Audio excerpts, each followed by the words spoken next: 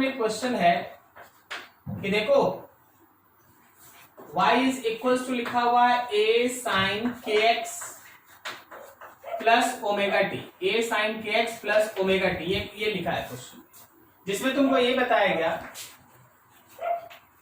where y equals to displacement, y जो है वो डिस्प्लेसमेंट है, x पोजीशन है और t टाइम है। y डिस्प्लेसमेंट है, x पोजीशन है, t टाइम है। तुमको इस सब के बेसिस पे फाइंड k का डायमेंशन, ओमेगा का डायमेंशन एंड a का डायमेंशन, ये तीनों का डायमेंशन हम लोग को फाइंड आउट करना है। k का डायमेंशन निकालना है, ओमेगा का डायमेंशन निकालना और a का डायमेंशन निकालना, इन तीनों का डायमेंशन हम लोग को फाइंड आउट करना है। चलो देखो बनाते हैं इसको हम लोग सॉल्व करते हैं, समझते हैं। देखो हम लोग लास्ट में सीखे थे कि जो हम लोगों का साइन वाला पूरा टर्म है, साइन वाला पूरा टर्म है, ये डायमेंशन लेस होगा, डायमेंशन लेस, ये डायमेंशन लेस होगा। डायमेंशन लेस होने का मतलब है 1। सो अगर आप ऊपर वाले इक्वेशन को देख रहे हैं, सो ये पूरा का पूरा साइन वाला टर्म डायमेंशन लेस होगा। ये तभी पॉसिबल है जब अंदर का ये जो एंगल है kx plus omega T should be dimension less, ये डायमेंशन लेस हो। अगर ये kx plus omega T dimension less होगा तो ये पूरा साइन टर्म भी डायमेंशन लेस होगा। अब इसमें भी सीखना, kx और ओमेगा टी ये दोनों सम है और दो क्वांटिटी का सम डायमेंशन लेस है, तो ये तभी पॉसिबल है according to principle of homogeneity. अगर ये डायमेंशन लेस है तो ये भी डायमेंशन लेस होगा, ये भी डायमेंशन लेस होगा। क्या समझ में आ रहा है? बोलो बोलो हाँ ना, कुछ ऐसा। ठीक है ना? तो देखो ये जो हम लोगों का डायमेंशन लेस है, तो दिस इज पॉसिबल, ये तभी पॉसिबल होगा अगर kx भी डायमेंशन लेस हो और ओमेगा टी भी डायमेंशन लेस हो गया जी। आपका आंसर आने लगा है, आप ध्यान से देखें। बिकॉज आपका k into x dimension less है, तो k 1/x है, 1 बाई लेंथ है, लेंथ पे पावर -1 है, एक हो गया। बिकॉज आपका ओमेगा टी डायमेंशन लेस है, तो ओमेगा 1/t है, मतलब 1/t है, मतलब t पे पावर -1 है।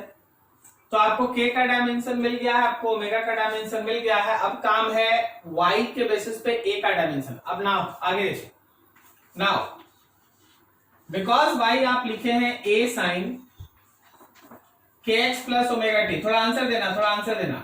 बोलो तो इस पूरे के जगह पे डायमेंशनली कितना लेंगे? 1 लेंगे। Very good. इस पूरे के जगह पे 1 लेंगे, तो इसका मतलब ये है कि y का डायमेंशन और a का डायमेंशन सेम, क्योंकि बाकी सब तो 1 है। और y क्या था? तो y एक डिस्प्लेसमेंट था। इसका मतलब ये है कि a का डायमेंशन लेंथ। तो ये है लास्ट डे का जो आप सीखे थे ना कि trigonometric ratios are suppose to be dimensionless, उसके बेसिस पे बना हुआ सेक्शन। अच्छे से नोट करो, कोई डाउट है पूछ लो, फिर आगे बढ़ेंगे।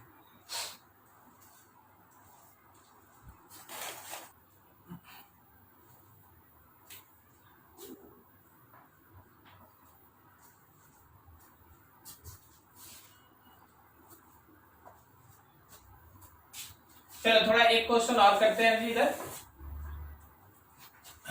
मान लो तुम्हारे सामने बोल दिए कि p is equals to alpha e पे power beta and t, e मतलब एक्सपोनेंशियल फंक्शन। बोला गया अगर p है प्रेशर, अगर p है प्रेशर और t है टाइम, तुम्हारा काम है अल्फा का डायमेंशन और बीटा का डायमेंशन फाइंड आउट करना। तुमको दोनों का डायमेंशन निकालना है। अब यहाँ पे वर्ड होगा कि exponential functions are dimensionless. Exponential function जो होता है वो सब डायमेंशनलेस होता है। ठीक है, तो अभी देख ऐसे सिंस एक्सपोनेंशियल फंक्शन जिसके ऊपर में माइनस बीटा एंड टी है, ये है डायमेंशनलेस 1, तो ये तभी पॉसिबल है जब उसका पावर डायमेंशनलेस हो। दिस इज पॉसिबल इफ जो पावर है इसका माइनस बीटा एंड टी वो डायमेंशनलेस हो। डायमेंशन में माइनस का कोई मतलब नहीं होता, इसका मतलब है कि beta is equal to 1/t और t तो टाइम था ना, सो डायमेंशन इज t-1। ये रहा बीटा का डायमेंशन t-1। अब आगे आओ समझो। नाउ आप लिख रहे p is equal to alpha exponent पे power minus beta and t। सोच के बताइए इसके लिए क्या हम लोग डायमेंशनली 1 पुट कर दें, डायमेंशनलेस। तो जो डायमेंशन मेरे p का है वही डायमेंशन अल्फा का है। p मतलब प्रेशर, तो अल्फा का डायमेंशन प्रेशर के डायमेंशन के बराबर ml-1 t-2। This is your answer. तो आपको जो लिमिटेशन में लास्ट सिखाया गया था कि all trigonometric functions are dimensionless, देखो उसका यूज। सारा लॉगरिथमिक फंक्शन डायमेंशनलेस, सारा एक्सपोनेंशियल फंक्शंस डायमेंशनलेस। अब देखो एक्सपोनेंट वाला यूज, ठीक है, दिमाग खुला रखना, क्वेश्चन इससे आता है, नोट करो इसको।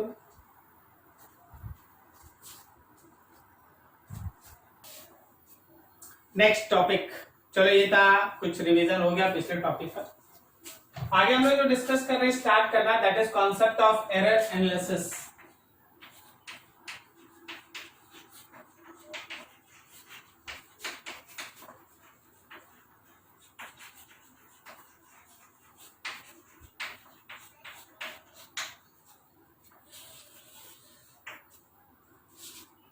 एक सिंपल वर्ड अगर बोला जाए तो एरर का मतलब क्या है? एरर का मतलब है किसी भी काम को करने में किया गया गलती, एकदम सिंपल। एरर का मतलब है कि किसी भी काम को किए जाने में जो गलती हो जाता है उसको आप एरर कहते हैं। उसी तरह जब आप फिजिक्स में किसी पर्टिकुलर क्वांटिटीज को मेजर करते हैं, सपोज आप मास, किसी बॉडी का मास मेजर कर रहे हैं, आप किसी का वेलोसिटी मेजर कर रहे हैं, आप किसी का कुछ और मेजर कर रहे हैं, टेम्परेचर मेजर कर रहे हैं, सो ऑन।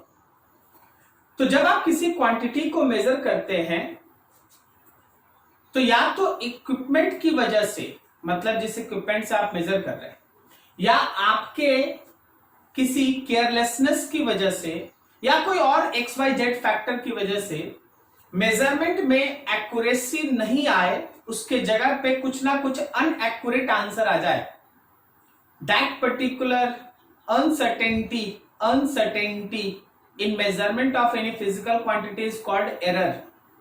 अगर आप किसी फिजिकल क्वांटिटी को मेजर कर रहे हैं and due to any reason, whether you are careless or any instrument have some error or any XYZ factor जो आपको एक्यूरेट मेजर नहीं करने दे रहा है, जो पर्टिकुलर अनसर्टेनिटी मेजरमेंट में डेवलप होता है उसको आप एरर कहते हैं। तो error is nothing else but simply the uncertainty in measurement of any physical quantity. Error क्या हुआ? तो एरर हुआ uncertainty in measurement of any physical quantity.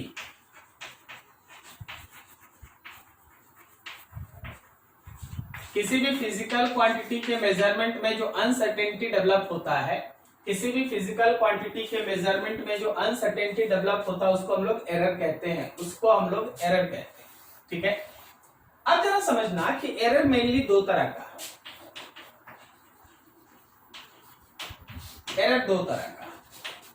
एक कहलाता है सिस्टमैटिक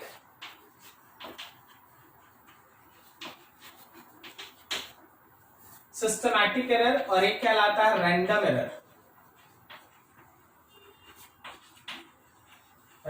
एरर।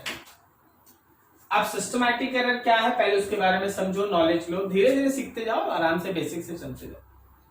मान लो जैसे तुम्हारे पास कोई एक स्केल है और वो स्केल है ना 2 सेंटीमीटर पे टूट गया है, 2 सेंटीमीटर पे टूट गया है, ठीक है। इंस्ट्रूमेंट में डिफेक्ट है, तुम्हारे स्केल में डिफेक्ट है, 2 सेंटीमीटर पे टूट गया। अब आप स्केल से किसी पेन का लेंथ मेजर करते हैं और स्केल पे जहां 15 सेंटीमीटर लिखा है, पेन का लेंथ 15 तक दिखाई देता है, तो एक्चुअली पेन का लेंथ कितना है?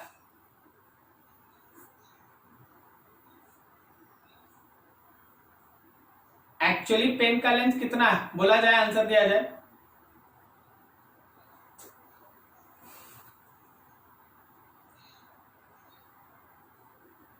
अरे तुम लोग खाली सुनने के लिए बैठा है क्या उधर?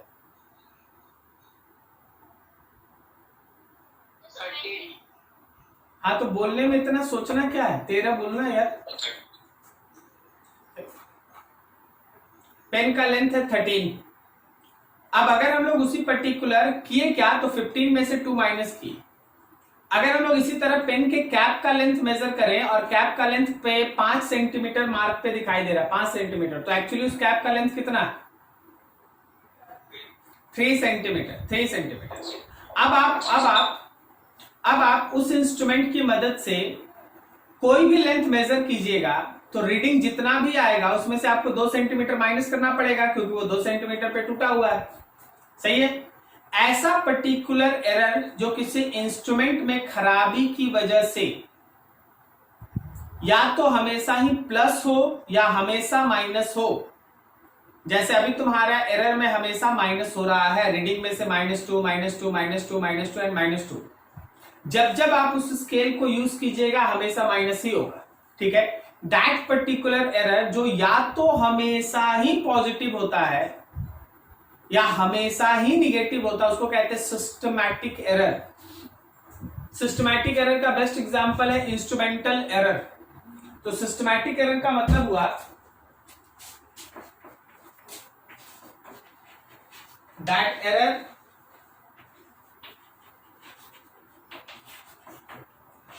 which can be either always positive or always negative. For example,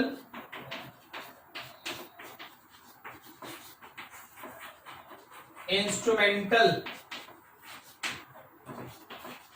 error.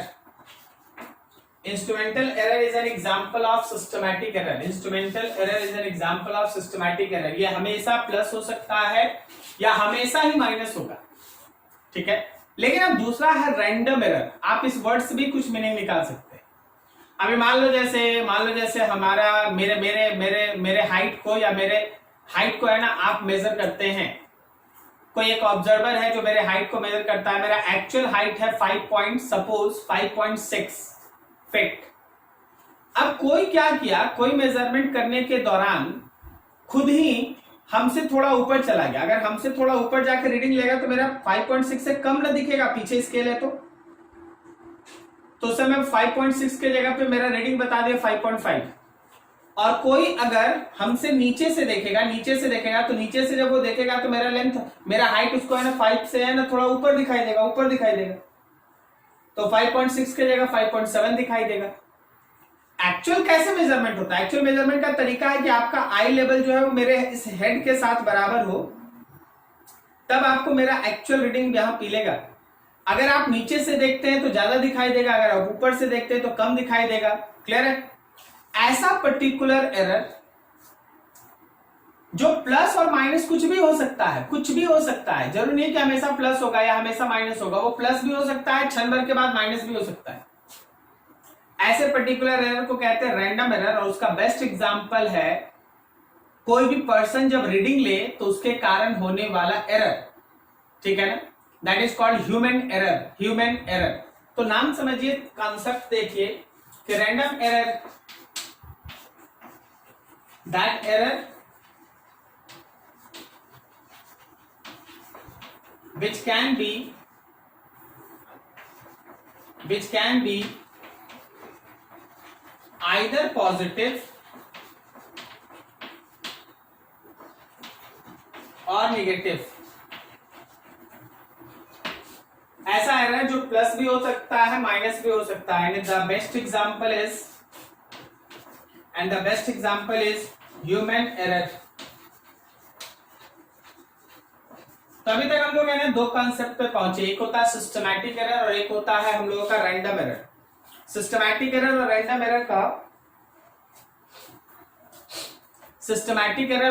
Error का कॉन्सेप्ट तुम्हारे सामने रख दिया गया।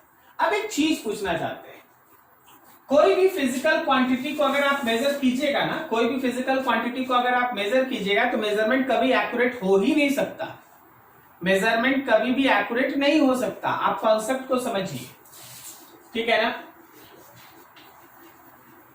If any physical quantity is measured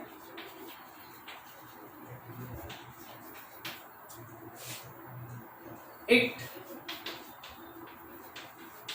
cannot be measured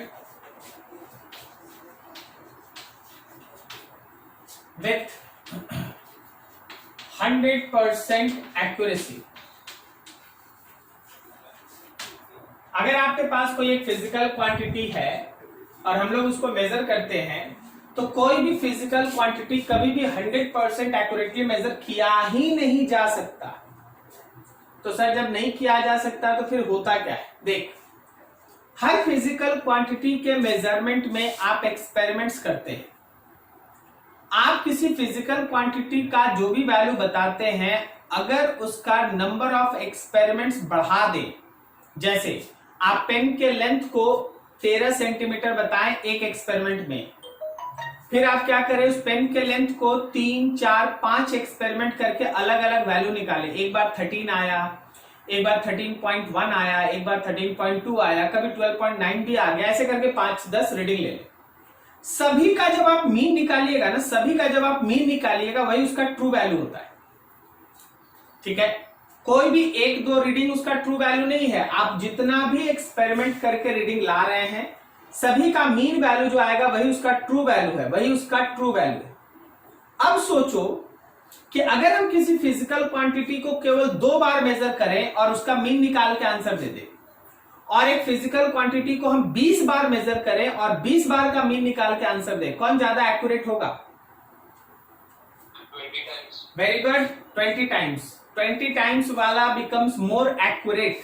so we can say that कि अगर हम लोग नंबर ऑफ एक्सपेरिमेंट्स किसी फिजिकल क्वांटिटी के मेजरमेंट में बढ़ाते हैं, 2 एक्सपेरिमेंट के बाद आंसर देना और 20 एक्सपेरिमेंट के बाद आंसर देना, तो जितना ज्यादा नंबर ऑफ एक्सपेरिमेंट्स बढ़ाएंगे एक्यूरेसी उतना बढ़ेगा, एक्यूरेसी उतना बढ़ेगा। एकदम काम का चीज लिख रहे हैं, यही सबसे क्वेश्चन आता है। If number of experiments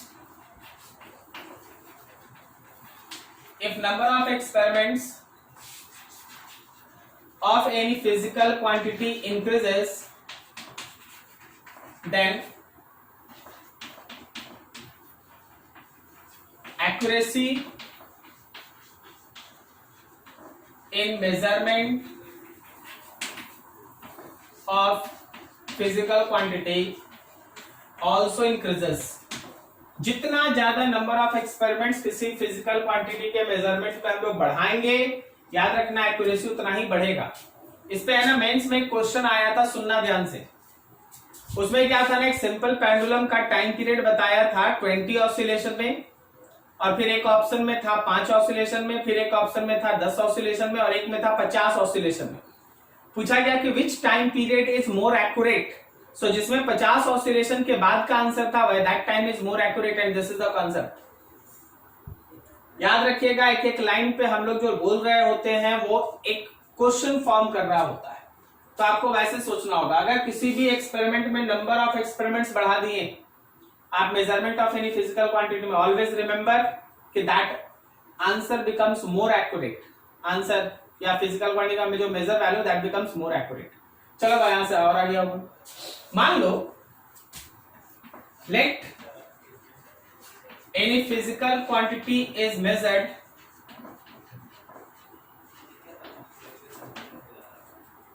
n times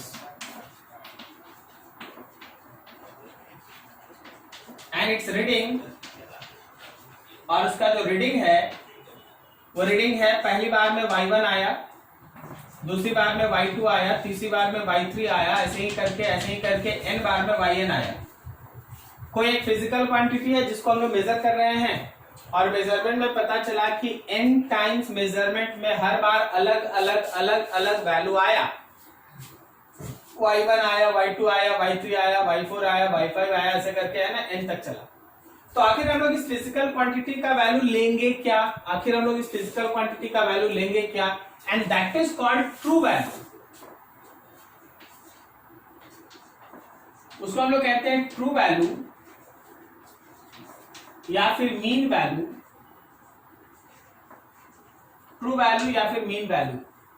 हमेशा ध्यान रखना कि जो भी आप नंबर ऑफ एक्सपेरिमेंट्स में रीडिंग लाए हैं उन सभी का आप मीन निकालें। जो मीन आएगा वही उस फिजिकल क्वांटिटी का ट्रू वैल्यू माना जाएगा। जो मीन आएगा वही उस फिजिकल क्वांटिटी का ट्रू वैल्यू माना जाएगा या फिर एक्चुअल वैल्यू माना जाएगा। ट्रू वैल्यू बोलो, मीन वैल्यू बोलो, इसका तीसरा नाम है एक्चुअल वैल्यू। एक्चुअल वैल्यू, ठीक है। तो मान लीजिए जैसे आप कोई एक पेन लिए और पेन का है ना 5 अलग अलग रीडिंग ले आए। सपोज 15 सेंटीमीटर, 15 से थोड़ा ज्यादा थोड़ा कम करके 5 बार ले आए। तो आखिर उस पेन का लेंथ आप क्या बताइएगा? पांचों रीडिंग का मीन, पांचों रीडिंग का मीन निकालो, वही उस पेन का लेंथ होगा। ना पहला आंसर है, ना दूसरा आंसर है, ना तीसरा है, ना चौथा, ना पांचवा। पांचों में से कोई आंसर नहीं है। पांचों का जो मीन आएगा वही उसका लेंथ है। क्या तुमको यहां तक समझ में आया? Yes sir. Yes sir. यहां तक नोट करो, फिर इससे और आगे बढ़ते हैं। न्यूमेरिकल नोट करो बढ़िया से, सोच सोच के। तो हम लोग के पास ट्रू वैल्यू, मीन वैल्यू आ गया, आपके पास एक्चुअल वैल्यू आ गया। अगला एक टर्म होता है, this is called absolute error. Absolute error represent करते हैं डेल वाई से। डेल मतलब वो ट्रायंगल, हाँ, वो एरर को दिखाने के लिए यूज होता है, डेल वाई, ठीक है ना, वाई के अंदर का एरर। एब्सोल्यूट एरर का मतलब होता है कि कोई भी मेजरमेंट, मान लो जैसे तुम्हारा मीन वैल्यू एक आया, सपोज तुम्हारा मीन वैल्यू आया सपोज 10 आया, लेकिन रीडिंग 10.1 है या रीडिंग 9.6 है। रीडिंग 10.1 या 9.6 है, लेकिन मीन वैल्यू तुम्हारा 10 आया है। तो 10 से 10.1 का जो डिफरेंस है 0.1 या 10 से 9.6 का जो डिफरेंस है 0.4, ये दोनों एब्सोल्यूट एरर कहलाता है, ठीक है। तो एब्सोल्यूट एरर हर केस का अलग अलग होता है। अगर आप एब्सोल्यूट एरर फर्स्ट केस का निकालेंगे तो जो भी आप मीन वैल्यू निकाले हैं उसमें से फर्स्ट रीडिंग को माइनस कर लीजिए। जो भी आप मीन वैल्यू निकाले हैं उसमें से फर्स्ट रीडिंग को माइनस कर लीजिए। अगर आप यही एब्सोल्यूट एरर सेकंड केस में निकालते हैं तो मीन वैल्यू में से सेकंड रीडिंग को माइनस कर लीजिए। अगर आप यही एब्सोल्यूट एरर थर्ड केस में निकालते हैं तो मीन वैल्यू में से थर्ड को माइनस कर लीजिए। इसी तरह इसी तरह इसी तरह। अगर आप एब्सोल्यूट एरर nth केस में निकालना चाहते हैं तो मीन में से nth रीडिंग को माइनस कर लीजिए। मीन में से nth रीडिंग को माइनस कर लीजिए। जिस रीडिंग का एब्सोल्यूट एरर चाहिए मीन में से उस रीडिंग को माइनस कर दीजिए। मीन में से उस रीडिंग को माइनस कर दीजिए। मीन में से उस रीडिंग को माइनस कर दीजिए। दिस इज एब्सोल्यूट एरर, ठीक है। एक न्यूमेरिकल करेंगे, सब न्यूमेरिकल वैल्यू में दिखाएंगे, बस तुम अभी सीखते जाओ। तो एब्सोल्यूट एरर ऐसे निकलता है, ये तरीका है। इस एब्सोल्यूट एरर से एक स्टेप और आगे निकलो तो एक टर्म आता है, this is called relative error. Sorry, relative नहीं, इसको हम लोग कहते हैं mean absolute error. Mean absolute error word में ही मीनिंग है। क्या तुमको समझ में आ रहा है? एब्सोल्यूट एरर का मीन निकालना है। एब्सोल्यूट एरर का मीन निकालना है। एब्सोल्यूट एरर का मीन निकालना है। इसका मतलब यह है कि आप अगर एब्सोल्यूट एरर का मीन निकालना चाहते हैं तो जितना भी एब्सोल्यूट एरर है, जितना भी एब्सोल्यूट एरर है, सभी एब्सोल्यूट एरर को ऐड करके नंबर ऑफ एक्सपेरिमेंट से डिवाइड कर दीजिए। सभी एब्सोल्यूट एरर को ऐड करके नंबर ऑफ एक्सपेरिमेंट से डिवाइड कर दीजिए। लेकिन यहां एक छोटा सा ट्रिक है, उसको ध्यान रखना। अभी देखो बात क्या किए थे ना कि 10 था मीन वैल्यू, 10.1 था एक रीडिंग और 9.6 था दूसरा रीडिंग। अब समझो ऐसे कि अगर हम 10 में 9.6 को सब्सट्रैक्ट करते हैं तो 0.4 आएगा, लेकिन 10 में अगर हम लोग 10.1 को सब्सट्रैक्ट करते हैं तो -0.1 आएगा। इसका मतलब यह है कि जो आपके पास एब्सोल्यूट एरर है, this absolute error can be positive, negative और कभी कभी तो जीरो भी आता है। एब्सोल्यूट एरर प्लस भी आता है, एब्सोल्यूट एरर माइनस भी आता है और एब्सोल्यूट एरर कभी कभी जीरो भी आता है। तो उसको सिस्टमैटिकली कि कभी कोई कैंसिल ना कर दे, उसके लिए फिजिक्स क्या किया, बोला कि देखिए भाई ऐसे नहीं लीजिएगा, इसका मॉड लीजिएगा हमेशा, आप इसका मॉड लीजिएगा। अब मॉड लीजिएगा तो जो प्लस है वो प्लस ही रहेगा, जो माइनस है वो भी मॉड के बाद क्या होगा, मॉड का मतलब समझते हैं ना, अंदर में प्लस है तो प्लस रहेगा और अगर अंदर में माइनस है तो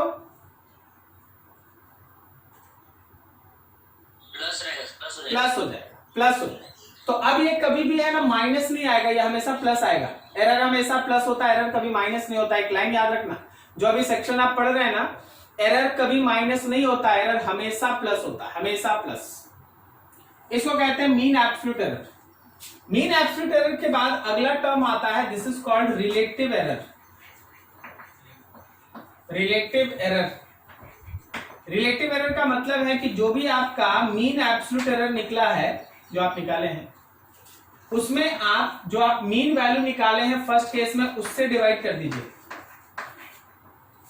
मीन एब्सोल्यूट एरर में मीन वैल्यू से डिवाइड कीजिए, इसको कहते हैं relative error.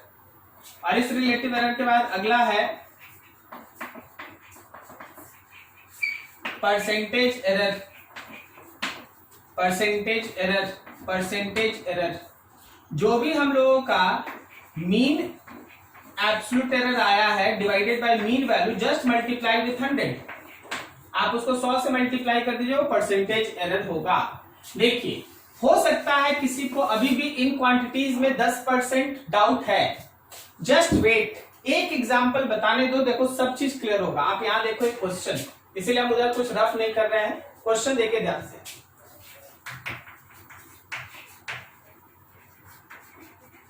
Length of any stick is measured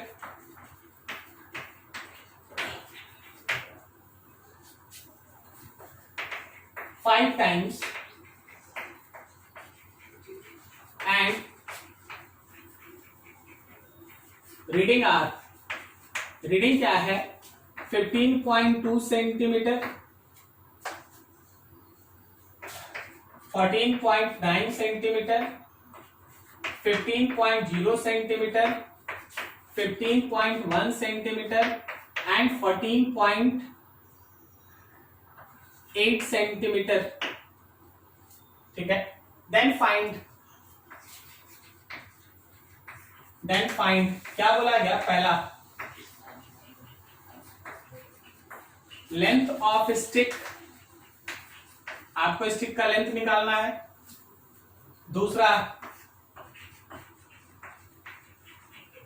absolute error in each case, her case का एब्सोल्यूट एरर निकालना है। Third mean absolute error, absolute error का मीन वैल्यू निकालना है। Fourth relative error and fifth percentage error. Percentage जरा गौर करो और देखो और समझो। जब आप इसका आंसर लाने जा रहे हैं तो आप छोटा सा एक चार्ट बना लीजिए। यहां पे सीरियल नंबर लिखेंगे एक्सपेरिमेंट का, यहां लेंथ का जो रीडिंग आया है वो लिखेंगे। तो मेरे पहले एक्सपेरिमेंट में आया है 15.2,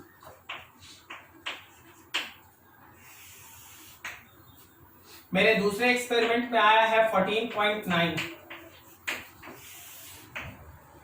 मेरे थर्ड एक्सपेरिमेंट में आया है 15.0, मेरा फोर्थ एक्सपेरिमेंट है 15.1 और मेरा फिफ्थ एक्सपेरिमेंट है 14.8। तो अब देखो आखिर हम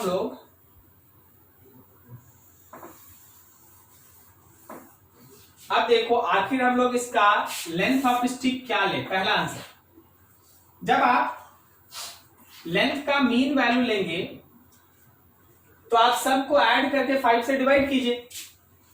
इसका मतलब है 15.2 प्लस 14.9 प्लस 15.0 प्लस 15.1 प्लस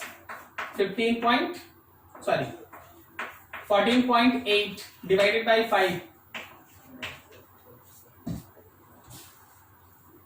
कितना आएगा? 9 2 11 12 8 20 है सर, ये आ जाएगा तुम्हारा 75/5, कहने का मतलब 15। तो आखिर उस स्टिक का लेंथ कितना लिया जाएगा? स्टिक का लेंथ बोलो कितना लेंगे? 15.2 लेंगे, 14.9 लेंगे, 15 लेंगे, 15.1 लेंगे, 14.8 लेंगे, क्या लेंगे? 15 लेंगे, 15। अब दूसरा देखो, दूसरा है हम लोगों को हर केस में एब्सोल्यूट एरर निकालना है। एब्सोल्यूट एरर, तो जब आप एब्सोल्यूट एरर निकालिएगा तो देखिए मीन वैल्यू में से, यहां देखो मीन में से पहला रीडिंग, मीन में से दूसरा रीडिंग, मीन में से तीसरा रीडिंग, ऐसे ही करके मीन में से सब माइनस करते जाओ। मतलब 15.0 minus 15.2, 15.0 minus 14.9, 15.0 minus 15.0, 15.0 minus 15.1 and 15.0 minus 14.8। तो हर बार देखो, हर बार अपना आंसर देखो, क्या यहां पे माइनस ऑफ 0.2 आया? क्या यहां पे प्लस ऑफ 0.1 आया? यहां पे 0 आ गया। यहां पे देखो माइनस 0.1 आ गया। यहां पे देखो यहां 0.2 आ गया। मतलब इसमें प्लस भी है, प्लस प्लस प्लस, इसमें 0 भी है और इसमें माइनस भी है, ये यहां लिखा है। This absolute error can be positive, negative और 0। ये एब्सोल्यूट एरर जो है वो 0 भी हो सकता है, प्लस भी हो सकता है, माइनस भी हो सकता है, सब यहाँ पे एक एक करके। ठीक है, सेकंड तो हो गया यहीं पर। अब थर्ड देखो, थर्ड में बोला मीन एब्सोल्यूट एरर निकालने। यहां है, अगर आपको मीन ऑफ एब्सोल्यूट एरर चाहिए तो हर रीडिंग का मॉड, याद रखना मॉड, हर रीडिंग का मॉड डिवाइडेड बाई 5, जगह नहीं है, खत्म करते। तो पहला है माइनस ऑफ 0.2, दूसरा है 0.1, तीसरा है 0, चौथा है माइनस 0.1 और पांचवा है 0.2। तो देखो ये माइनस है तो भी प्लस, ये माइनस है तो भी प्लस, बाकी सब प्लस प्लस। तो 2 2 4 और 2 6, मतलब ये होगा 0.6/5, सो इट इज 0.12। क्या आपको समझ में आ रहा बात? क्या आप लोगों को ये कैलकुलेशन सब समझ में आ रहा है? Yes sir. अब थोड़ा जगह नहीं है, आप यहां तक नोट कर लीजिए। अब आपको समझ में आ गया होगा कि जब रिलेटिव एरर निकालेंगे तो रिलेटिव एरर में मीन एब्सोल्यूट एरर में मीन से डिवाइड किए, तो मेरा मीन एब्सोल्यूट एरर है 0.12 और मेरा मीन वैल्यू है 15। तो 0.12 में 15 से डिवाइड कर देंगे, ये रिलेटिव एरर होगा।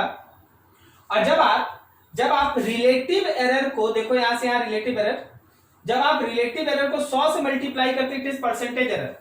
तो मेरा है 0.12 divided by 15 multiplied with 100 is called percentage error.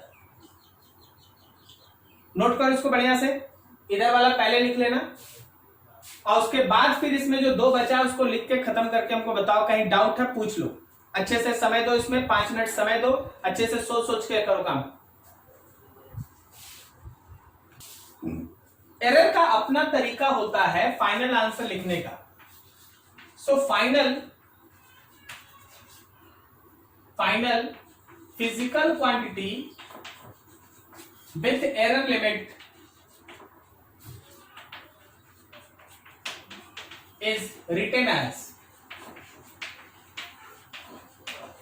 जब आप फाइनली आंसर लिखिएगा ना तो मीन वैल्यू में प्लस माइनस उसका मीन एब्सोल्यूट एरर लिखना होगा।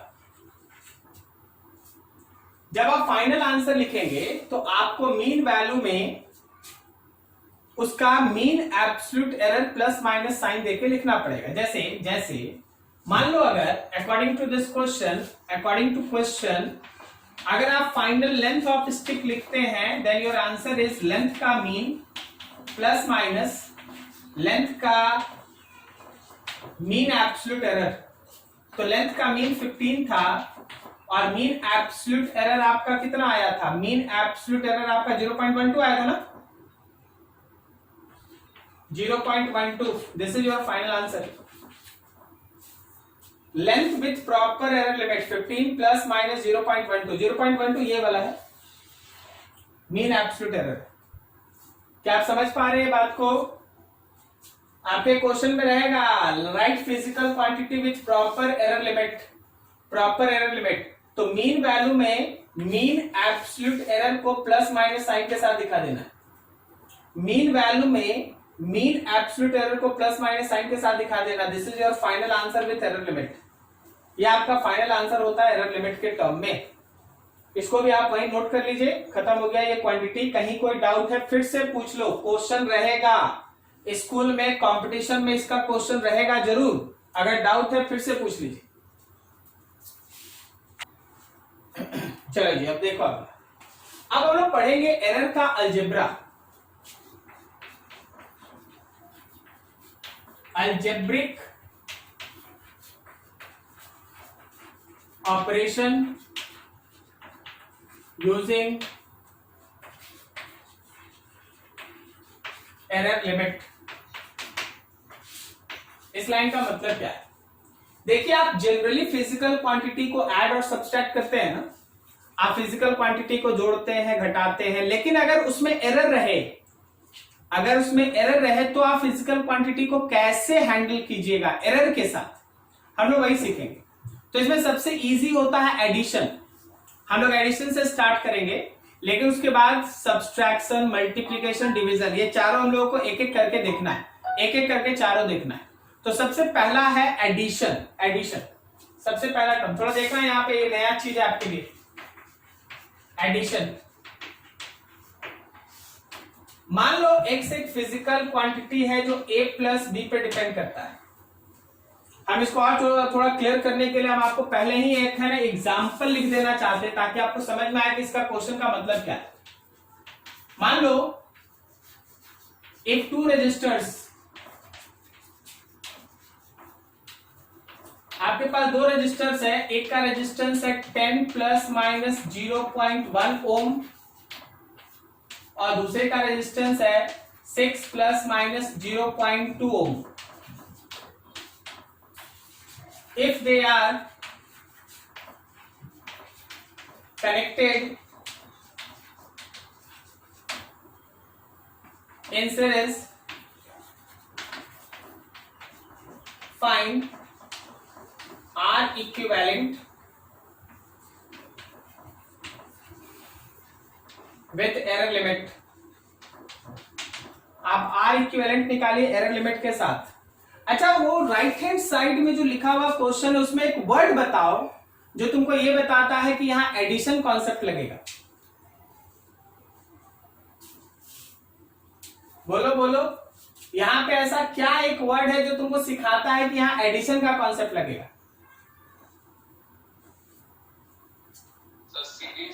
Very good. हम लोग है ना लोअर क्लास में पढ़ के आए हैं कि जब हमारा रजिस्टर सीरीज में होता है तो R equivalent R1 plus R2 होता है। क्या पढ़े सब कोई? तो R equivalent is R1 plus R2, इसका मतलब यहां एडिशन लगना है। तो आपको कोई बोलेगा नहीं कि एडिशन लगाइए, आपको क्वेश्चन ऐसे देगा, आपको खुद से डिसाइड करना पड़ेगा कि हाँ एडिशन है। ठीक है, और अब जो आप यहां सीखिएगा उसको वहां लगाएंगे। क्या आपको कॉन्सेप्ट समझ में आ रहा है हम लोग क्या यूज करने जा रहे हैं? अब यहां देखो, बिना एरर कैसे लिखा, विथ एरर, चलो एरर के साथ, ए का error A plus minus del A, B का error B plus minus del B, और यहां बीच में प्लस। तो जब आप दोनों में एरर लीजिएगा, दोनों में अनसर्टेनिटी लीजिएगा, तो x के मेजरमेंट में भी एरर आएगा, x plus minus del x.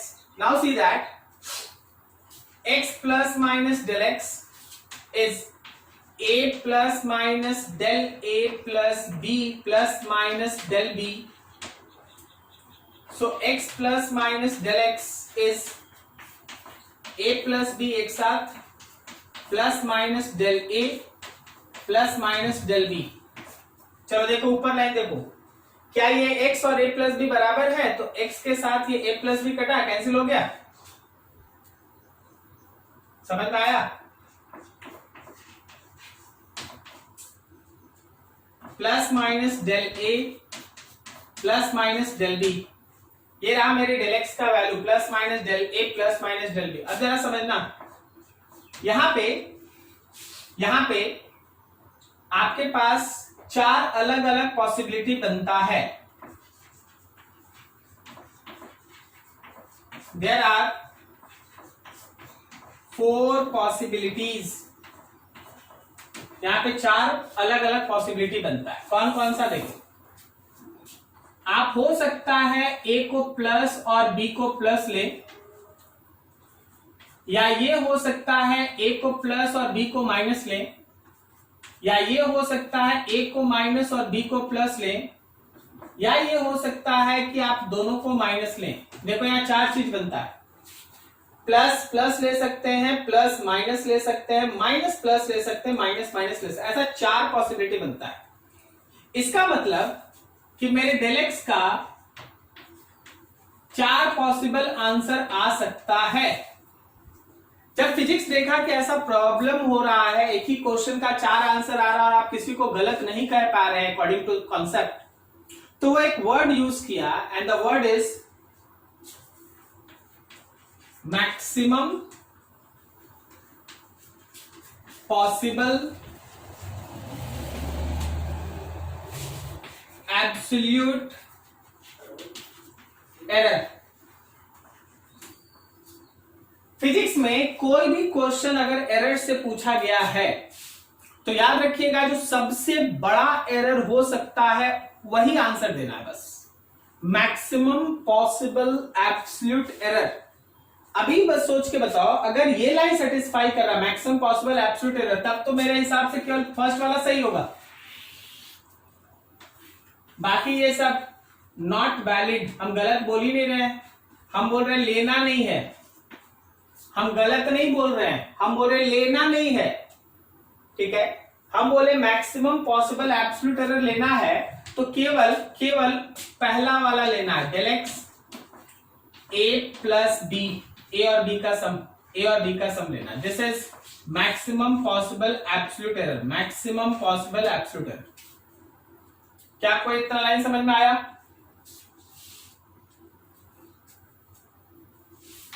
नहीं समझ? चलो अब देखो इस पे एक एग्जांपल यहां, विदाउट एरर, बिना एरर के। तो बिना एरर के चलो, तो बिना एरर के आपका आर इक्विवेलेंट, एरर छोड़ दीजिए, 10 और 6 16 हो जाएगा, 10 plus 6 is equal to 16 ohm. अब देखो नाउ ये लाइन दिखाता है कि del R equivalent is equal to del R1 plus del R2। Del R equivalent is del R1 plus del R2। तो डेल R1 कितना है 0.1, डेल R2 कितना है 0.2, so it is 0.3। So final R equivalent with error limit, final R equivalent error limit के साथ कितना है? तो भाई 16 plus minus 0.3 ohm, 16 plus minus 0.3 ohm, यही तो है R equivalent plus minus del R equivalent, R equivalent plus minus del R equivalent, ठीक है। 16 प्लस माइनस 0.3 ओम, ये तुम्हारा आंसर। अच्छे से नोट करो, अच्छे से नोट करो, अगर कोई डाउट है पूछ लो, ठीक है। एरर अभी स्टार्ट हो गया है, बहुत सारा न्यूमेरिकल पोर्शन इसमें आता है और आपके सामने एक एक करके ध्यान से नोट कीजिए, कहीं डाउट है बात कीजिए।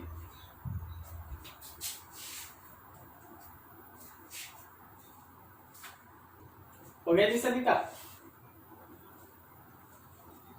Yes sir. चलो ठीक है, सबको एक क्वेश्चन लिखो, तो जो बोल रहे हैं क्वेश्चन लिखो, सबको ही क्वेश्चन लिखो, सबको ही लिखो। टू कंटेनर्स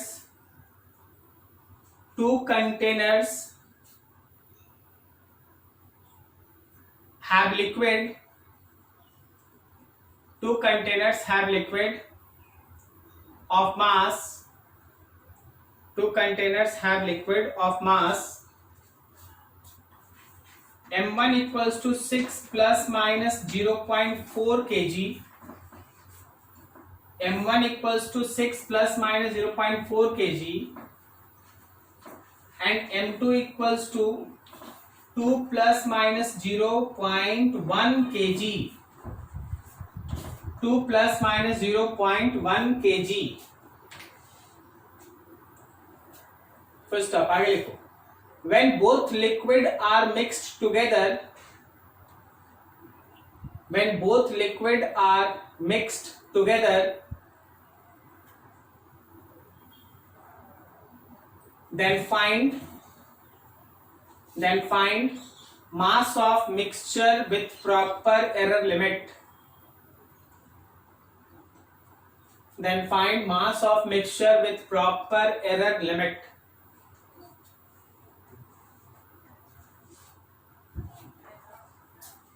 बनाइए, आंसर बताइए, 2 लाइन लगेगा बस। Sir 8 plus minus 0.5। हाँ वेरी गुड, 8 प्लस माइनस 0.5 सबका आया क्या?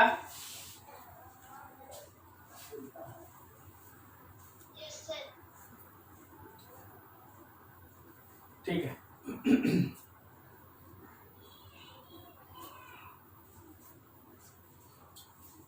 सभी का आ गया? 8 प्लस माइनस 0.5 यहां ऐड होगा।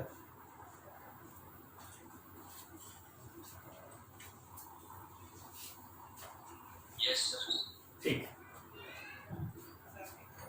नेक्स्ट क्वेश्चन लिखो, next question. If two sticks of length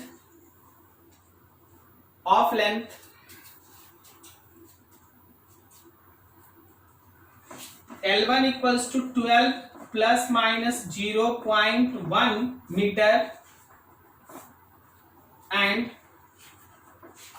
L2 6 plus minus 0.2 meter,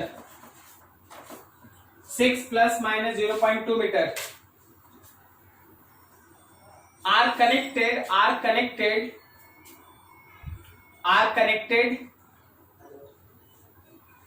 end to end मतलब ऐसे, हाँ end to end ऐसे, end to end, then find length of combination, then find length of combination।